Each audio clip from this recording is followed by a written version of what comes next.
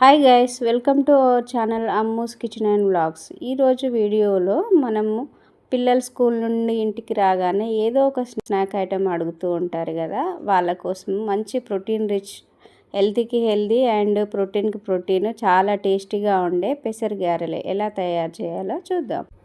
ముందుగా దానికి కావాల్సిన ఇంగ్రీడియంట్స్ ఏంటో చూద్దాము.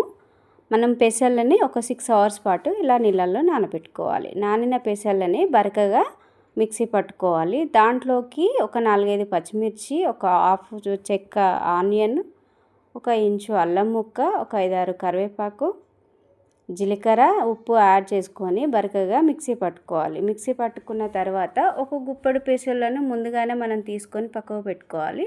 ఆ పెసర్లని ఇలా నలుపుకొని ఆ పిండి ముద్దలో యాడ్ చేసుకోవాలి. ఇలా ఒక కడాయిలో ఆయిల్ వేసుకొని హీట్ అయిన తర్వాత వడల్లాగా చేసుకొని మనం డీప్ ఫ్రై చేసుకోవాలి. గోల్డెన్ బ్రౌన్ కలర్లోకి వచ్చేంత వరకు డీప్ ఫ్రై చేసుకోవాలి.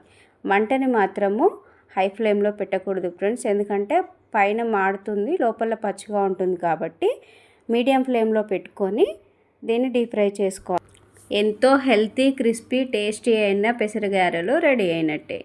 తప్పకుండా ఇంట్లో ఒకసారి ట్రై చేసి చూడండి ఫ్రెండ్స్, పిల్లలు తప్పకుండా ఇష్టపడతారు.